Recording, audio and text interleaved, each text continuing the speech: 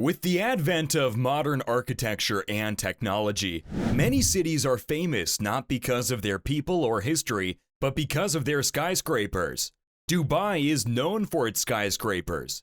America, Japan, and China all have buildings almost touching the sky. But have you ever wondered why Europe lags behind the rest of the world regarding skyscrapers? Why are there so few skyscrapers in Europe? This video has all the answers. Make sure to watch the complete video. Hello and welcome to Mega Projects, where we discuss the most mind-blowing facts about some of the mega projects of the world. Subscribe to our channel and press the bell icon so you won't miss future updates. Without further ado, let's get straight into this. Europe has surprisingly few skyscrapers, especially when compared to Asia and North America. Despite being one of the most developed, densely populated, and economically prosperous continents, 66% of the continent's 218 skyscrapers have been built in just 5 cities: London, Paris, Frankfurt, Moscow, and Istanbul. So why haven't other major European cities adopted the skyscraper? How do they survive without these ingenious structures, significant inner-city space, and floor areas? And in our increasingly urbanized world, is everything about to change? When skyscrapers first became popular in the 19th century, first in Chicago and then in New York, many European cities already had grand historic buildings and public spaces that left little room for large new structures. Most European cities were also more evenly zoned at the time, and there was no high demand for floor space in key districts, which typically drives high-rise development. Furthermore, as North America's power and influence grew, a cultural rivalry developed between Americans who saw Europe's class system as archaic and Europeans who saw some American ideals as undermining traditions and the European way of life. As a result, each continent became hesitant to adopt the concepts of the other.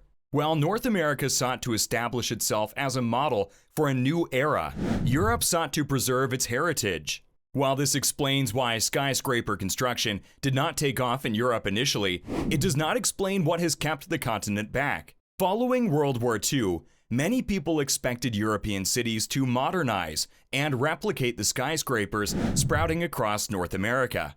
However, in Western Europe, where many cities lost landmarks and historic structures, there was a strong desire to rebuild what had been destroyed. Furthermore, due to Europe's lower population at the time, there was no demand for floor area, which drives skyscraper construction. And as a result, modest structures took the place of structures that could not be saved or restored. Meanwhile, in Eastern Europe, the expanding Soviet Union's rebuilding effort was largely comprised of mid-rise, repetitive structures designed to rehouse a large portion of the population. During this period, Europe saw the first skyscrapers rise, not in response to growth and prosperity, but in an attempt by the Soviets to demonstrate their power and influence. While Brussels has never built a true skyscraper, it is partly to blame for the continent's lack of skyscrapers.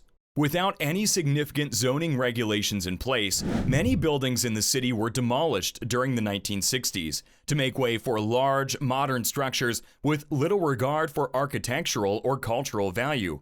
Recognizing the city's damage from indiscriminate redevelopment, many prominent figures and architects coined the term Brusselization and lobbied for new planning rules. These regulations severely limited the size of new buildings and required historical facades to be restored and incorporated into new developments, preserving the city's cultural fabric. The Brussels squabble fueled widespread disdain for modern architecture throughout Europe, with many viewing them as bland or soulless.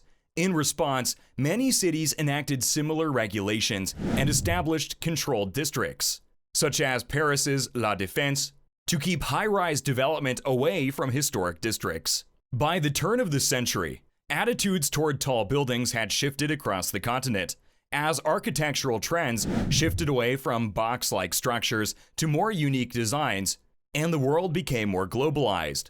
Since the early 2000s, major financial centers such as London, Paris, Moscow, Istanbul, and Frankfurt have constructed several skyscrapers as demand for commercial space has increased. Smaller European cities, on the other hand, that have experienced more modest growth, have shifted their focus to the environment and improving citizens' living standards. In recent years, cities in Scandinavia and Central Europe have consistently ranked amongst the highest in the world in terms of sustainability, happiness, and well-being, while remaining vital to their respective national economies.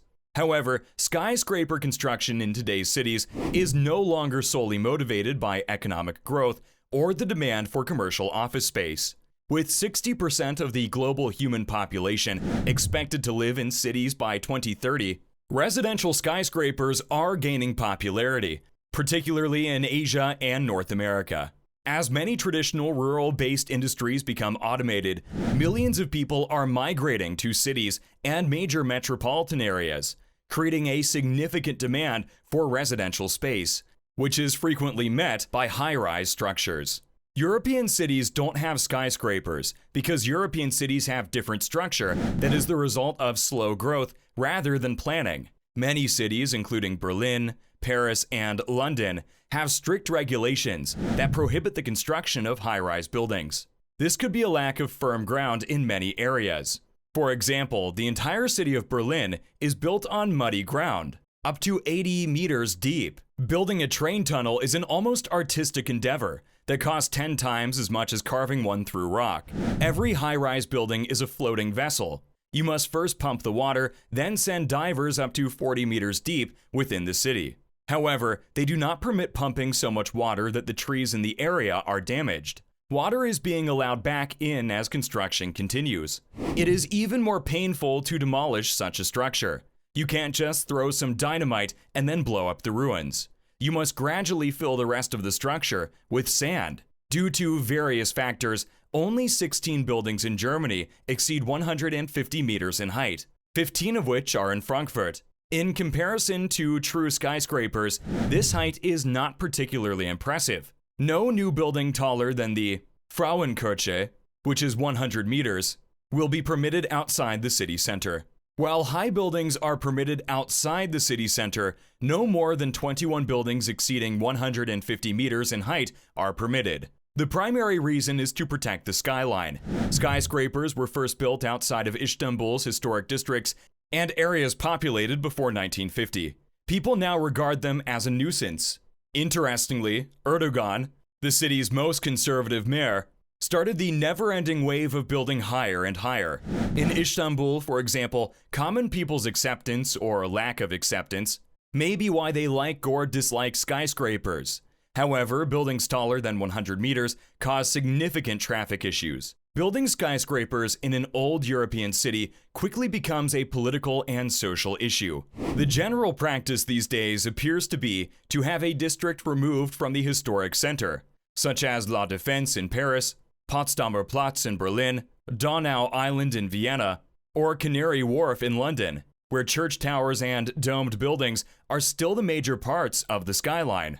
Obviously, except a few towers, such as the Eiffel or Berlin's Fernsehturm. This decision preserves the city's tourist center. Only Washington, D.C. appears to have adopted a similar low skyline strategy. Some cities, such as Rome, have never allowed skyscrapers, while others, such as Frankfurt, have allowed post-war skyscraper construction due to the destruction of the old city by wartime bombing. Stephen Smith, a Forbes contributor, recently wrote about how Europe learned to stop worrying and love the skyscraper. Because they cause havoc in the surrounding community, wind, shade, and view, all are reasons to avoid building alone. View just doesn't mean looking up at a massive structure, but also being looked down at from the structure. There has been no support in European cities for allowing new buildings to detract from the ancient landmarks of city centers.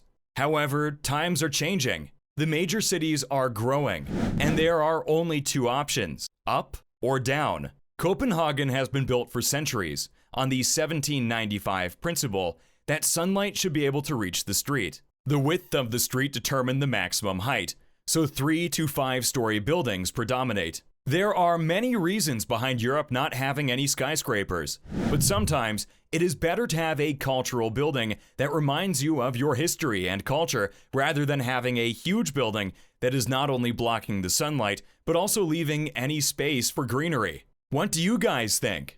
Should skyscrapers be built or not? Let us know in the comments section. Did you like this video? Here are 2 more videos you'll probably find interesting. That's all for today. Please leave a like on the video and share it with your friends and family.